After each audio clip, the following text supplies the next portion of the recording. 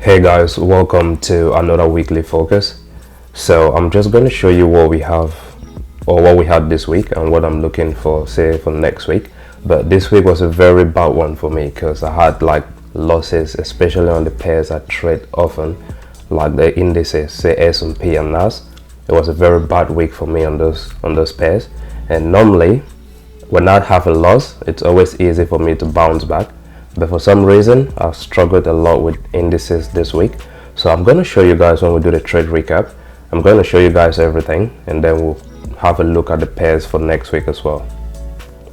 Alright, so let me pull this real quick. Where is it? Let me pull this.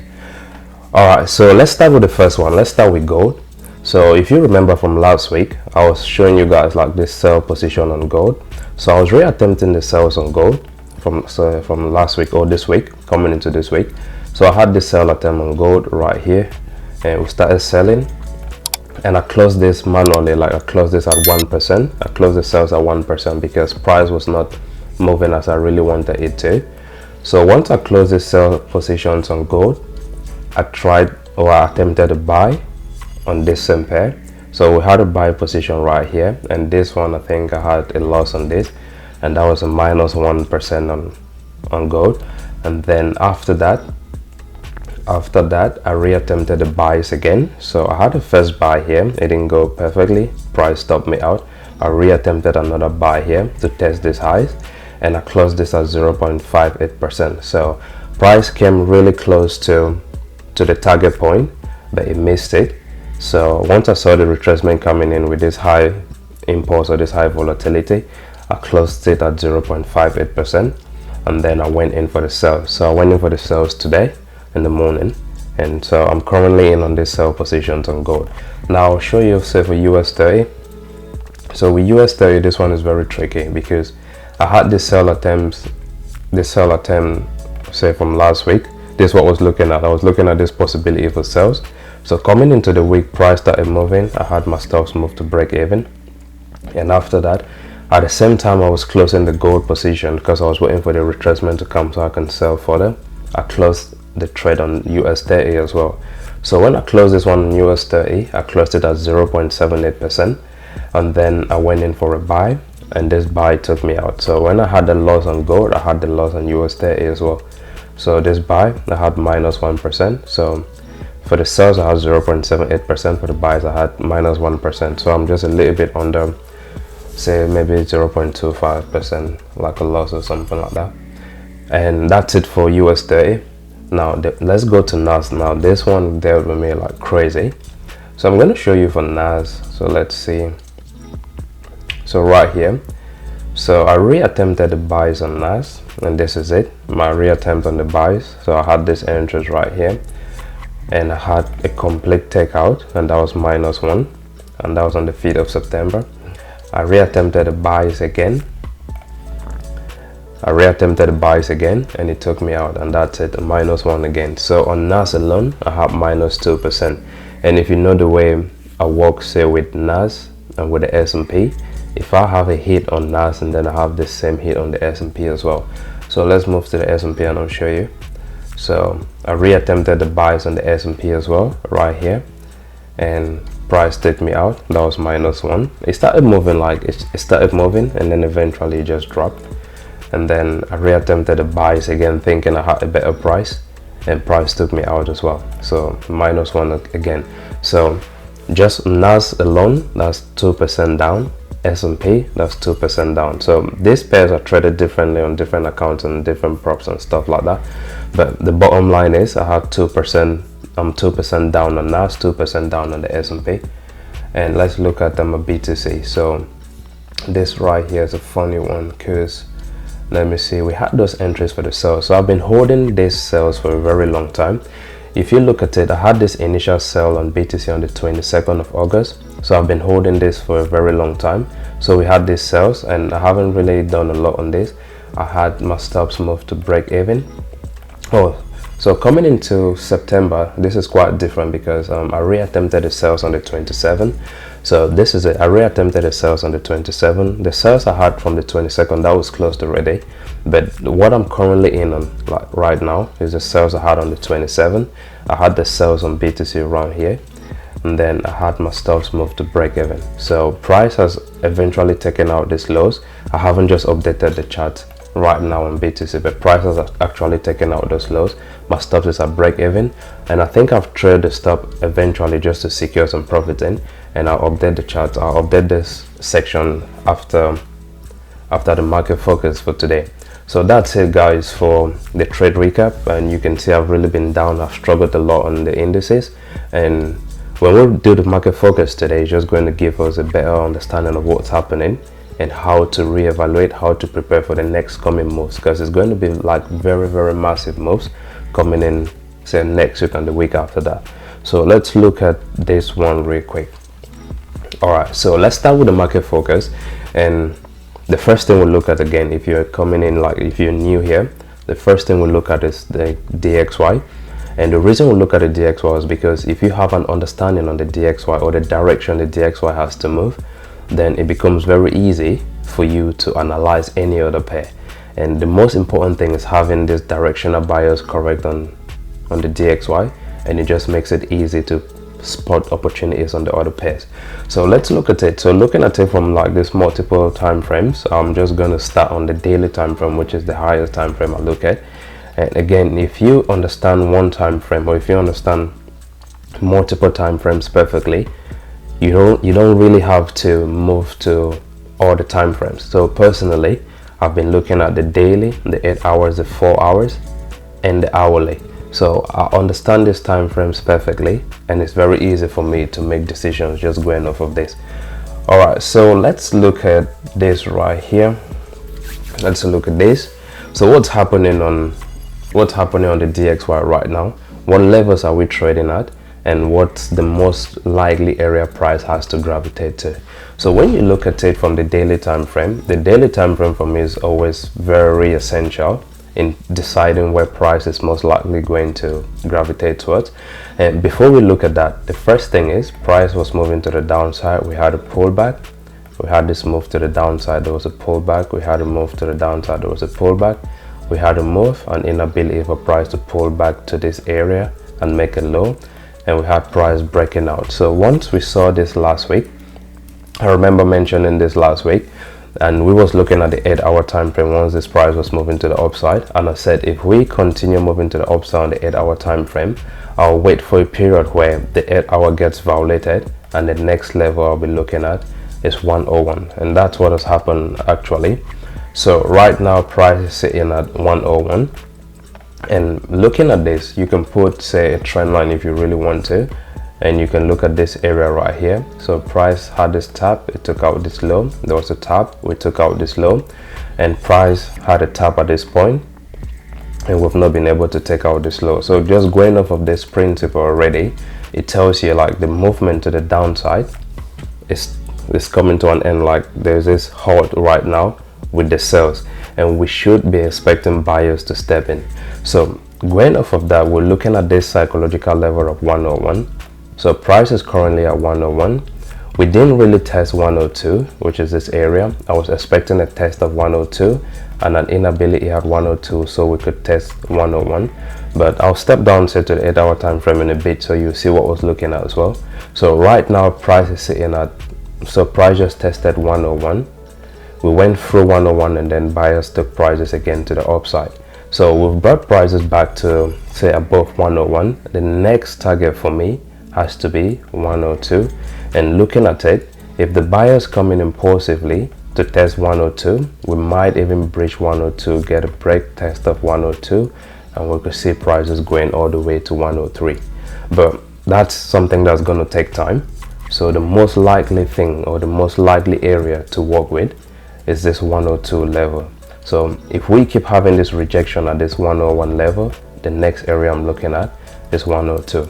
Now let's step down to the 8 hour time frame and see what's happening, and I'll make this bigger as well. So Now the reason we're stepping down to lower time frames is because it gives us a better understanding of price action and how price is reacting at certain levels. So when you look at this, for example, on the 8-hour time frame, we've had price making lows, and there was this massive drop to the downside. We had price moving back to the upside, and it's the same thing we was looking at on the daily time frame. The only difference is on lower time frames you see more price action, and it just gives you a better understanding of what price is doing. So once we had this prices moving to the downside, let's say if we step down to the 4-hour time frame and the hourly time frame, you'll see a perfect trend that was coming into the downside, and I'll tell you, like, say there's a violation of this trend. So once you have a break of that trend line, you wait for a test of 101, and the next level I'm looking at is 102. So that's pretty easy. So you see, like right here, we had this week telling you buyers are stepping in.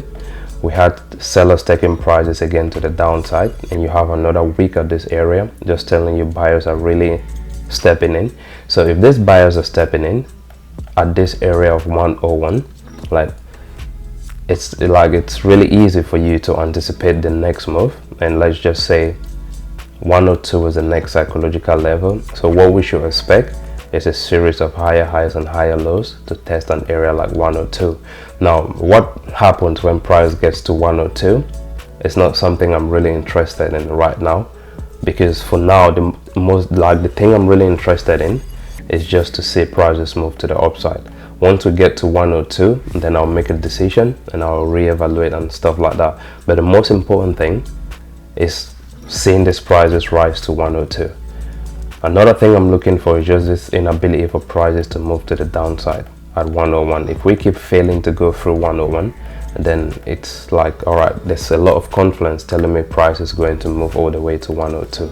So there's an area I'm really looking at. I'm focused on 102, and I'm also focused on like this 101 level to see the reactions and the rejections that's happening at 101. Now let's step down to the 4-hour time frame.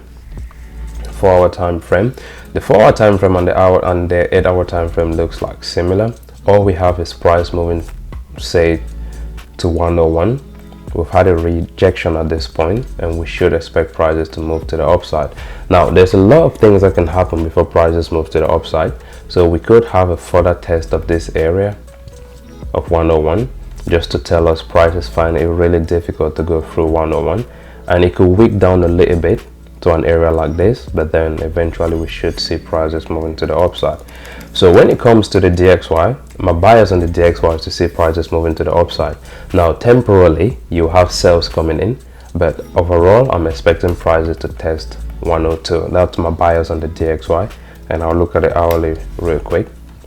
Now the hourly makes sense because everything we've been looking at from the daily time frame, the 8-hour and the 4 hours, it makes sense when you look at it from the hourly time frame. So you've had sellers coming in making lower lows and lower highs. Sellers, you had a pullback right here and this inability. So you had a pullback here and an attempt to sell, and there was an inability at this point. So just looking at this, it tells you already this area of 101 seems to be holding right now. So if we have sellers coming in again, we should expect prices to hold at an area like this. And if we find it difficult to go through this area, then we could expect buyers to step in again. So if sales start coming in on the DXY, I'll probably look at this as just pullbacks, and what I'm expecting is, say, a sell to come in or a pullback, and then buyers kick in, sells, buyers kick in, sells, buyers kick in. So those are the possibilities I'm looking at on the DXY. Another possibility could be price halting at an area like this. There's an inability for prices to drop from this area, and then we see prices moving to the upside, giving us a pullback, prices moving to the upside, a pullback, prices moving to the upside. So again, my primary bias on the DXY is to see prices moving to the upside, and it's also possible I could be wrong, and then we see sellers coming in massively to take prices to the downside. I could be wrong and you see prices moving all the way to the downside, but looking at it from these principles I use, the first psychological level is 101, the next psychological level I'm looking at is 102. we've tested 101 multiple times and we haven't broken through 101. Like, you should get a break out of this, get a test of this area and see prices moving to the downside. But we came through 101, impulsive move from the buyers, had a test again from the sellers, and there was that inability. So that's a no-brainer for me. So my bias on the DXY is to see prices moving to the upside, and that's simple. It can come in two forms. You could have this pullback to test an area like this, you get this inability at this point, and then you see buyers stepping in, or you get a halt at an area like this, an inability for prices to move to the downside, you see buyers stepping in, and you see prices moving again to the upside, giving you pullbacks, price moving to the upside, pullbacks, and price moving to the upside. So that's my bias on the DXY. So coming into next week, I'm just expecting buyers to test 102, and temporarily you should expect sellers to step in as well. But long term, let's see prices test 102.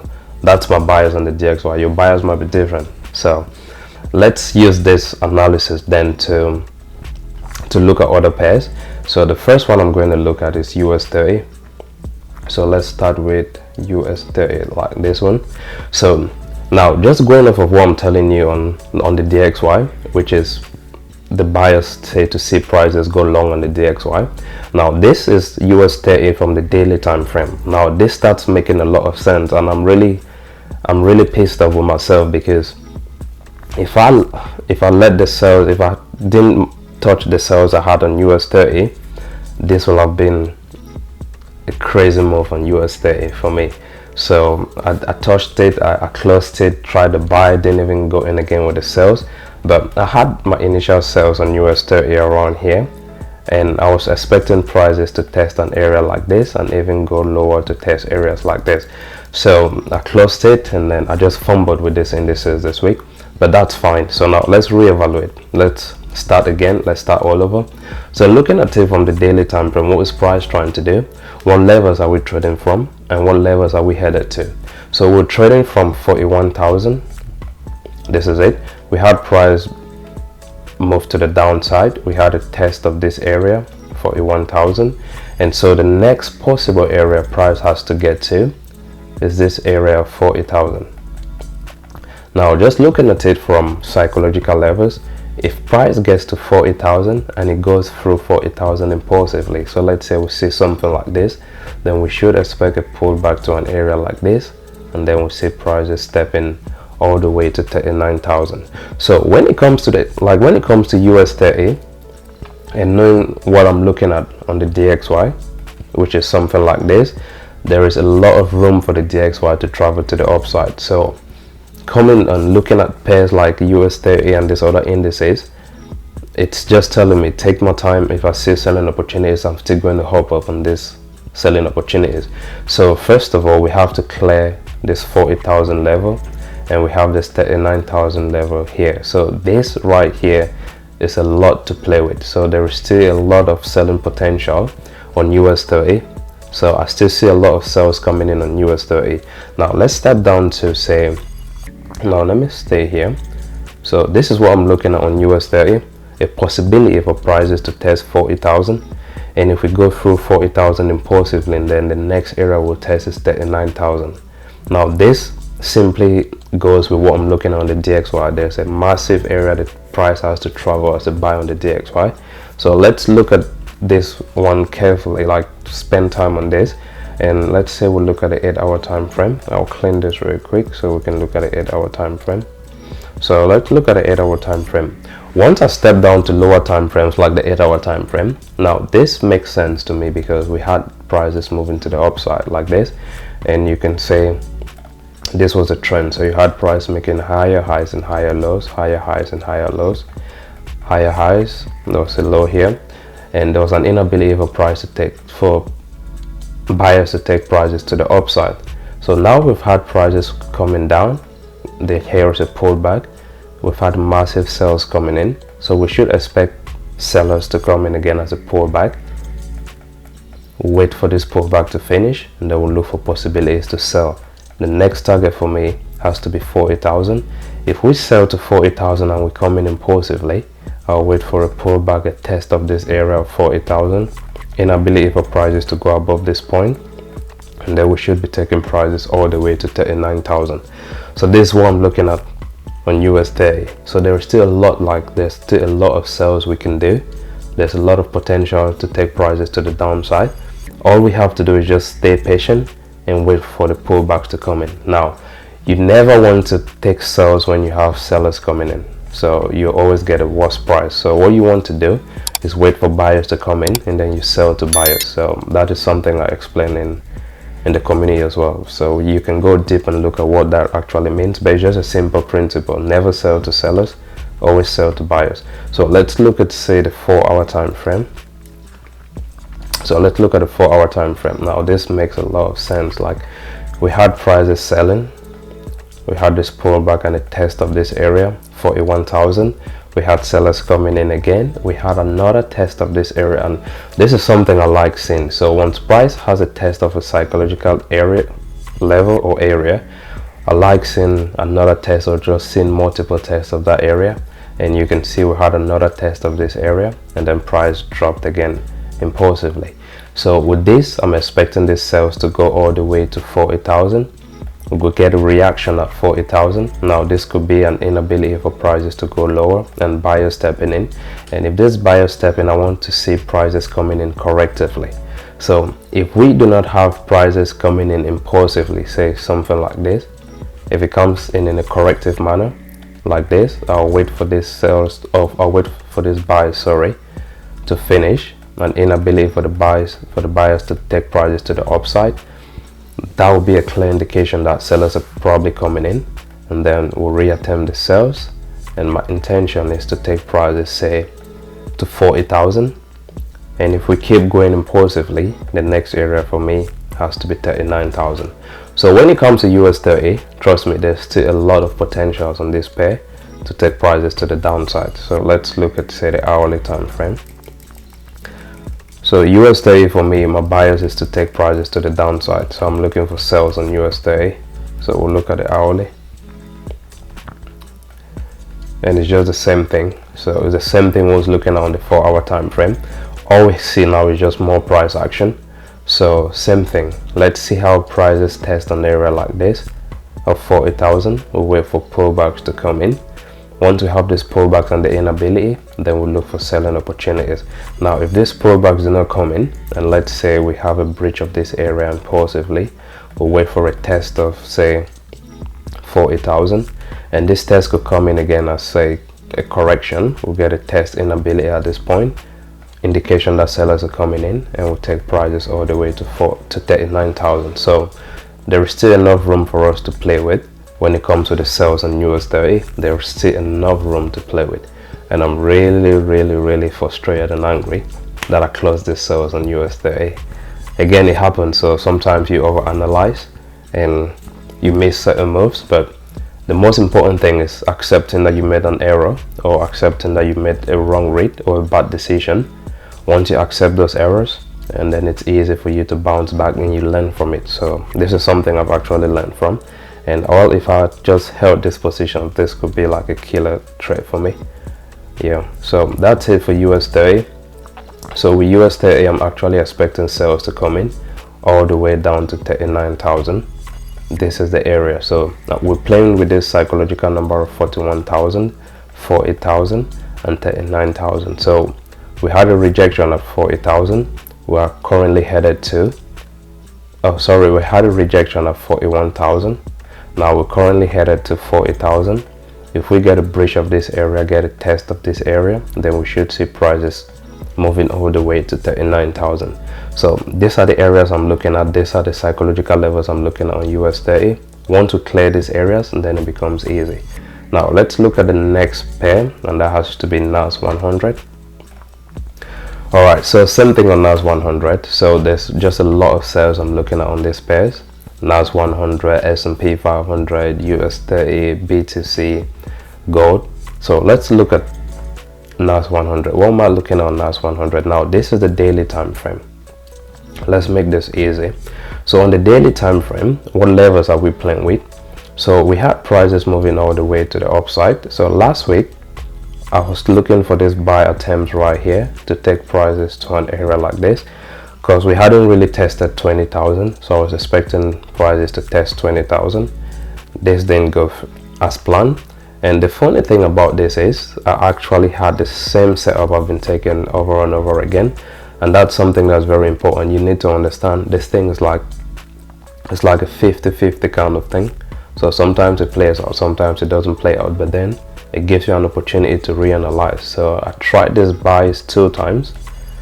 I got burned here the first time. I tried around here to take the buys. I got burned again. So let's look at this. Like, what's price telling me on the daily time frame? We have 3 levels we're playing with. We have 20,000, we have 19,000, and we have 18,000. So where is price headed to? Currently price is headed to 18,000 right now. So coming into next week, my bias on NAS100 is to see prices sell all the way to 18,000, and I'm just going to put, let me modify this one and see. Let's put this on 17. Let's see what level we're looking at. Okay, so if price goes through 18,000 impulsively, I'm looking at these lows right here. So we had buyers stepping in here impulsive, so that's why you can see like there was this wick at this point. So right now we're selling, and I'm looking at an area like 18,000 right here. So if we get an inability to go through 18,000, we could see pullbacks coming in from the buyers, giving us an opportunity to take sales again. Now once we take these sales, I'm very focused on an area like this. So because you had this inability from sellers and you had buyers stepping in like right here, and it was very impulsive as well. So if we sell, I'll be looking at an area like this, paying attention to this area, because prices might not go through this area, but if prices go through this area, then the next area for me is 17,000. Now this might be a little bit difficult with NAS100 because of how buyers reacted at this area. So at an area like this, buyers might step in again like impulsively. So it's just going off of the footprint of what's happened already, and you can start making anticipations. If price gets to an area like that, what's most likely going to happen. So let's deal with this right now. Let's deal with this area of 18,000. So there is still room for us to take sales all the way to 18,000. Now how do we get involved in a position like this or in a situation like this? So we'll step down to lower time frames and see if there's possibilities for us to have pullbacks. So we had this uptrend taken out, and price started moving to the downside. So now price moved to the downside. All of this is just a pullback. Price moved to the downside. This consolidation right here is just a pullback for me, and now price is headed all the way to 18,000. So once you look at NAS100, the next possible area I'm looking at is 18,000. Now for prices to reach 18,000, you could see, say, an impulsive move to the downside, because it's indices and you have periods where price travels like this, really impulsive as well.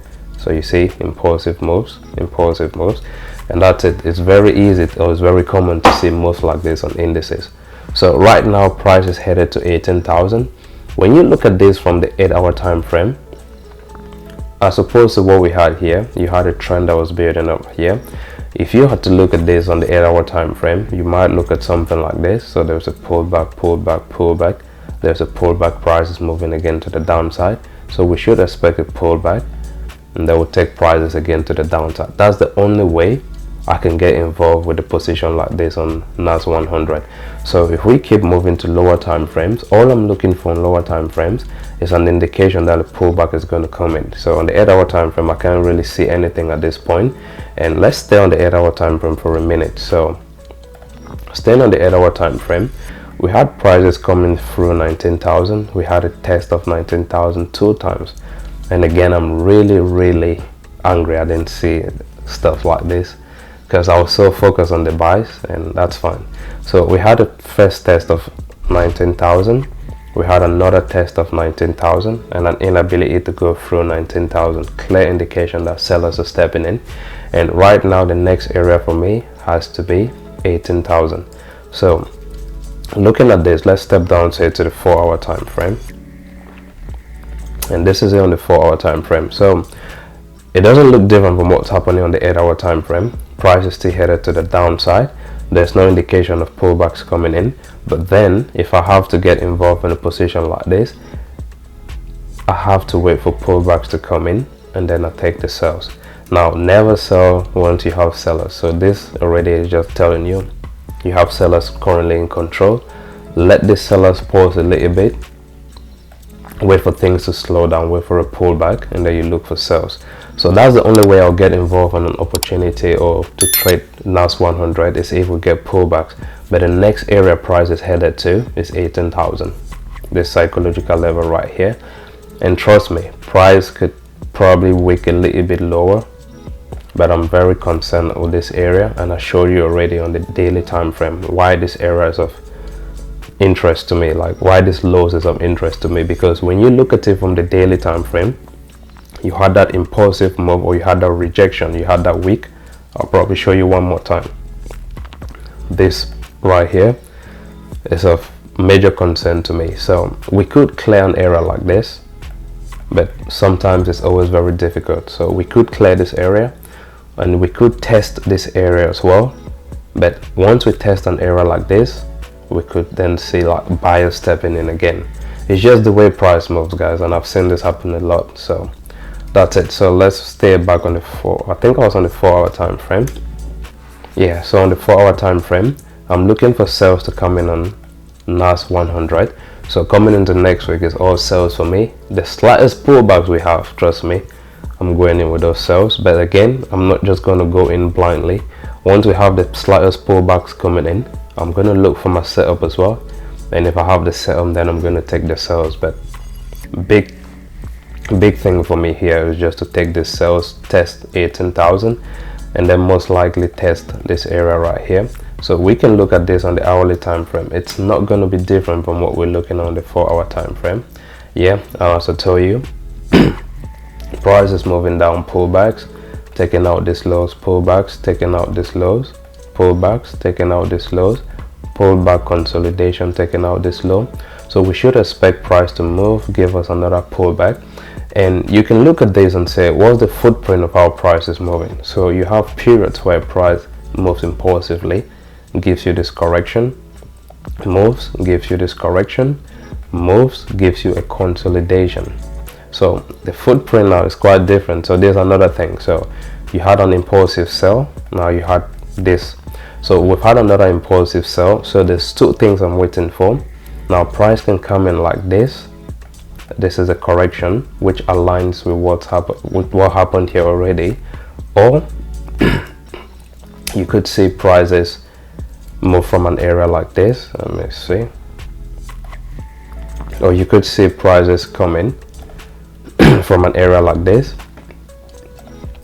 You see a slight move, and you just see a correction like this. So this again for me is a pullback. So it's either a pullback or a correction. It's just the same thing. Because when you step to lower time frame, you actually see prices trying to make moves like this to the upside. So this is a correction. We could wait for another correction like this, and then we take the sells. So that's another way to get involved on something like this on NAS100. So I'm looking for this sells on NAS100. Now let's look at the S&P 500. So on the daily time frame, S&P 500 on the daily time frame. So three levels we're working with. I was working with the 5700 level, which is this level right here. I was looking at this area 5700. Price didn't really test 5700 once we had this buys. We had this inability here. So price didn't test 5700. So now let's zoom in right here and ask ourselves a simple question. So where is price headed to? So we had 5700, 5600, 5500. So first thing, we modify this one, and let's look at 5400 right here. So price has tested 5400 already. So we had a move here. I was expecting buys. I took those buys. I got burnt. Yeah, that was like, I was really angry with this indices this week. Like, it taught me a lot. Like, hey, calm down, because I've been having like pretty good runs on indices. So it's very difficult for me to analyze this pairs, say 1 or 2 times, So I took the buys the first time, it didn't go through. I took the buys the second time and it didn't go through as well. So it's very difficult for me to take this buys multiple times and it doesn't go through. So it could be buys and it could be sells as well. So taking the sells the first time, taking it the second time, the third time it has to go through, because when I make these reads, when I make these calls, sometimes I see my errors and it's very easy for me to arrange or to correct them. So looking at US30, where is price headed to? Now we have this area of 5400 right here. We have 5400 and price is currently trading at 5400. And it looks to be going through 5400 impulsively. So if price is going through 5400 impulsively, the next area for me has to be 5300. So I'll probably modify one more level. So let's modify this 56, just 53. So this is the next area price is headed to. It's very simple when you look at price this way, and when you do your focus just using psychological levels or using psychological levels yeah, sorry, I got taken out because I had some messages and calls coming in. So it's very easy when you look at price going from one psychological level to another. It makes it very easy, and this is on the daily time frame. So first we had this area of 5500, price halted a little bit at 5500, and this is all I look at when I look at the daily time frame. It's just the areas where price is moving to or where price is gravitating to. So looking at S&P on the daily time frame, we went through 5500, impulsive move to the downside, like one daily candle tested 5400. Now this is coming in impulsively as well. If this is coming in impulsively, if we get a break or a pause, then we could expect buyers to step in just a little bit to test this area of 5400. So once we have a test of 5400, I know the next area for me is 5300. Now this is very important, because if you look at what's happening on NAS100, I'll come back to NAS as well. So the same thing I'm looking at, remember the S&P and NAS, for me this is like two pairs. You can just trade them blindly if you analyze one correctly. I'm looking at this sales on NAS, and I'm looking at this area of 18,000, and I'm also focused on an area like this. Remember the lows we've seen on the daily time frame, price can get to this area and then you see a massive rejection. Another possibility is price is just get into an area like 18,000 and you see the rejection. So but there's a high possibility price could test this lows on the daily time frame. It's the same thing with the S&P. Now that we're having the sales coming in, sellers are in control, so these guys will keep moving till you see an area like this where you had this impulsive reaction from the buyers. There's a high possibility as well we'll get this sales coming in, pullbacks, sales again coming in to test these lows. Now once we test these lows on the daily time frame, then a decision can be made, because if this doesn't go through impulsively to close, get a test and a continuation to the downside, then you're expecting the buys to come in again. So that's quite easy. It's something that happens a lot. So let's stick on this one as well. So right now we're trading at 5400. How do we get involved in a position like this, knowing we have this entire move like this? So look at it, this is massive. So we have this massive area to work with the sales, and the reason I'm so focused with sales on this pairs is because of what I'm looking at on the DXY. I'm expecting these prices to move to the upside on the DXY. So coming back to the S&P, I'm expecting sales to come in on the S&P. Let's see how this sales can get to say 5300, and now I need to get involved in a position like this, say coming into next week. So I'll step down to lower time frames. Let's step down to say the 8-hour time frame. So on the 8-hour time frame, what am I looking at? And remember, we still have this area on the daily time frame. So now we've had this impulsive sales. So we had a correction right here. We had an impulsive sell. So we had this massive sell correction. We've had a massive sell again. If we get the same thing, a test of this area, sellers coming in, test of this area, if we get something like this which mimics this similar price action right here, if we get the same thing here, and then I'm looking for those sales all the way to 5300, and I'll probably hold those sales to test this area right here, because this is just a lot to play with. So this right here is the area I'm looking to play with, but the immediate area for me has to be 5300. So if we get sales, so let's say we get a correction, we get a pullback, or whatsoever thing you're looking at, if we get those things coming in on the S&P, so we get this inability for prices to go to the upside, just telling you sellers are stepping in. Once we see that inability around this area and we take the sells, I know this area right here is like a target thing for me. So once this sell starts coming in, we'll look at an area like 5300. You can't, so simply because we're looking at, say, the sales to go all the way to like 5100, you can't neglect an area like 5300. So once prices starts moving and it gets to an area like this, you should expect pullbacks to come in. Now you need to study the pullbacks as well, because if it starts coming in impulsively, it could tell you price is probably head again to the upside. So you really need to be careful. So once you have a bias on the pair, just as I had the buy bias like from last week, I was so fixated on those buys. Sometimes you need to step aside and see what price is telling you. So we might get these sales to test 5300, but then watch how price reacts at 5300, because you could have impulsive buys coming in, and even if the sales have to continue all the way to 5100, you need to watch out for this pullbacks or this buys that's going to come in. Now if you swing trade the way I do, you can sit through these pullbacks, and sometimes it's very difficult. So sometimes you might want to cap off everything here and then wait for another entry. But personally, I'm looking for sales all the way to like 5100 on this pair. So that's one thing we're looking at. So let's see, once we start moving to lower time frames, say on the 4-hour time frame and the hourly time frame, I'm just looking for pullbacks. Now I'm looking for corrections to come in. So let's look at the 4-hour time frame. Now this sales came in really impulsive, man. This is crazy. So on the 4-hour time frame, you had this move, you had days at 10. So all of this for me is just like a correction thing. So I'm waiting for the same thing. Now we're going through 5400. If we push down a little bit, we'll get price testing this area. We'll get that inability for prices to go through this area. Another indication, sellers are coming in. Similar to what happened right here, sellers are coming in. So the next area again for me has to be for let's say 5300. This is the area. So when you look at this, like there's a lot you can have, maybe say you can have maybe a 1:3 from an area like this.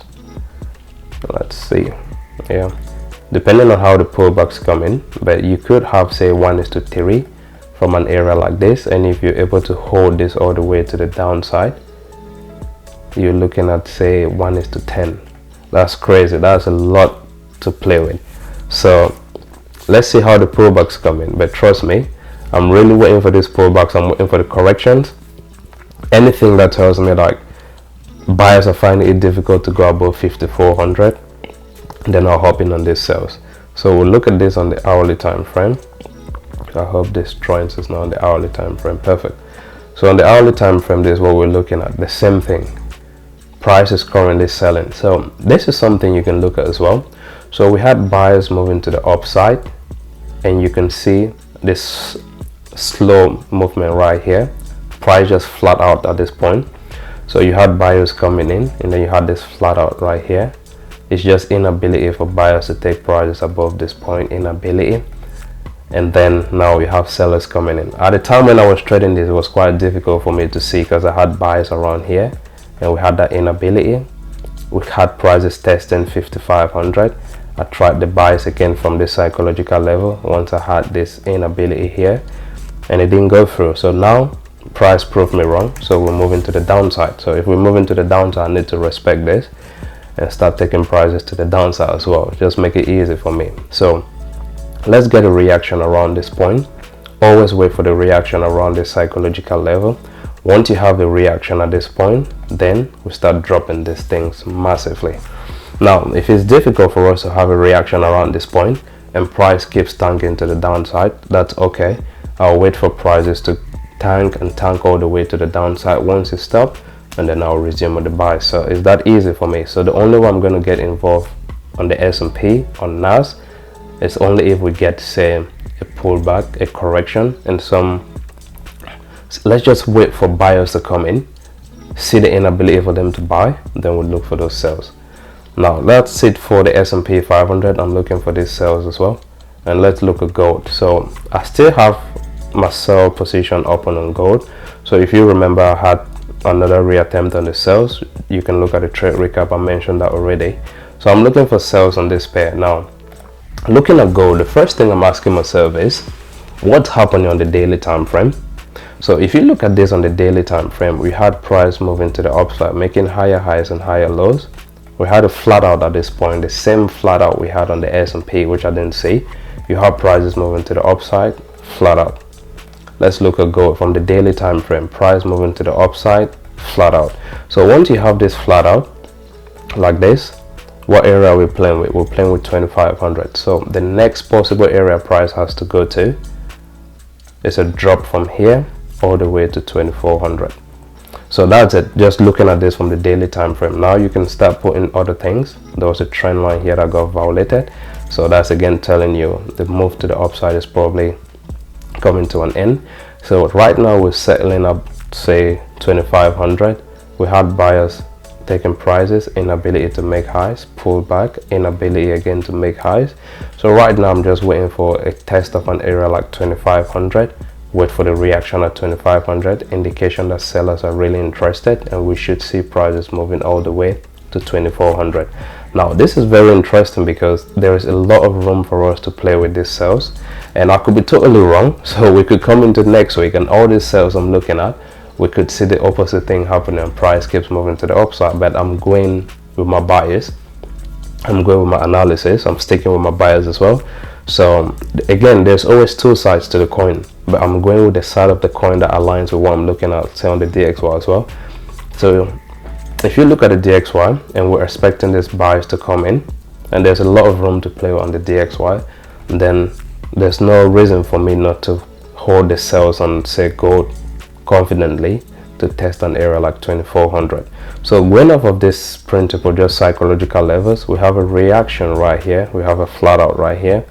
You see this reaction, inability for buyers to take prices to the upside. So the next area I'm looking at is 2400. So that's quite easy when you look at it from the daily time frame. Now let's look at it, say, from the 8-hour time frame. All right, cool. So the same thing we're looking on the daily time frame, price moving to the upside, higher highs, pull back, inability to make highs, pull back, inability to make highs. If we drop below 2500, which is what we're currently doing, we drop below 2500, wait for pullbacks, wait for reactions around this point, that indication that sellers are stepping in again, and the next area should be 2400. So that's what I'm looking at on gold. So this is quite easy, and I have a sell position in on gold, and I'm going to hold these sells all the way to 2400. So that's my intention, to drop prices all the way to 2400. So it's going to come with a lot of difficulties as well. You can have buyers stepping in, like pullbacks, and it makes it really complex and difficult to hold these pairs. But personally, I'm looking for possibilities to hold these sells all the way to 2400. So let's step down to like the 4-hour time frame. Now we're having pullbacks testing this area, and this is what I'm talking about. So once I have the sells in already, now this pullbacks, you see like what's happening right here, this is what's going to take a lot of people off. But personally, once I see stuff like this pullbacks coming in, my focus is at an area like this, say 5500, and I'm looking for the reaction at 5500. If there's that difficulty for price to go through 5500, then I could probably scale in or look for another entry. Or for those who didn't take the sells at an area like this, you can then step in from an area like this, and then we'll take prices all the way to 2400. So that's what I'm looking at. I'm looking for sells on gold to take prices to 2400. And yes, we're obviously going to have pullbacks coming in. We'll have buyers stepping in, but again, I'm sticking to my bias, I'm sticking to my focus. I'm expecting prices to test 2400. If the opposite thing happens, and then I'll reanalyze, and then I'll look for possibilities to buy to the upside. But currently, I'm looking for sales on gold. So that's it on the 4-hour time frame. Let's look at the hourly time frame. So on the hourly time frame, what we can see now, this is a lot of price action, and it's a lot, like, it's too noisy right here. But to make it easy for us, we had this move to the upside, we've had a flat out. That's all. We had a move to the upside, we've had a flat out. If so, now we've had this flat out, I'm focused on an area like this. I'm focused on an area like this, say 2500. So while looking at 2500, I'm expecting buyers to step in for sure. Let's just see buyers coming in, and if it flats out again, inability, sells. So that's what I'm looking at on gold. It's quite easy because I've analyzed this again from the daily, use the 8 hours, use the 4 hours, and currently we're on the hourly time frame. So this was quite difficult to see through, like this was a flat out, and sometimes when this flat outs happen, especially on the daily time frame, it's very difficult for you to see it because it needs to play out. Then you see, all right, there's a flat out, we had price moving to the upside, and we've had this flat out, so we should expect a move to the downside. So it's the same thing. If you have price moving to the downside, you have a flat out. A flat out simply means price is just finding it difficult to continuously move to the downside. So you have multiple attempts, you have a flat out right there, so you should expect prices to move to the upside. So it's the same thing I'm looking at on gold. We had a move to the upside, we had a flat out, so it's just telling you sellers, sellers, sellers, sellers. So we've had buyers attempting, no way, buyers attempting, no way. The initial move was to the upside, buyers attempted, they failed. So right now for me, I'm expecting prices to move to the downside. Like, these buyers have tried multiple times, and if you really can't go past a point, just let prices drop to the downside. Now let's combine this with what's happening on the DXY. If this guy moves again to the upside, this is going to be a perfect opportunity for us to take this sales to the downside. So I'm currently holding my positions on gold for the sales. I have my sales in on BTC as well. It's a pair I really don't analyze, but if you guys want me to analyze BTC, just drop it. It's like, use the comment section and tell me. If you trade BTC as well, I can analyze it, say, if you guys want to see something like that. But so quick recap, yeah, in this DXY, expecting prices to the upside. US30, I'm expecting this sells all the way to the downside. Man, there's just a lot to play with on this pairs. So you're looking at, say, pullbacks coming in, maybe entries around there on US30. So this can give you maybe a 1:, yeah, there's a lot. So even if you take the sells with a pullback here and your stops even above this point, just because if you're swing trading, you can play out with, say, 1:3 from this. It's very possible. You wait for a perfect pullback, blah blah blah, you could have a 1:6. So there's a lot you can do on that. On NAS as well, we're still looking for these sells on NAS, and let's just say you went in here, let's say you wait for those pullbacks to come in. So you're looking at areas like this, 1:3 as well. So I'm looking for sells on this, almost 1:10. So there's just a lot. And then gold, I'm also expecting this sells. So guys, that's it for this week's market focus. If you found this interesting, don't forget to use the like and subscribe button, and see you during the next one. Bye for now.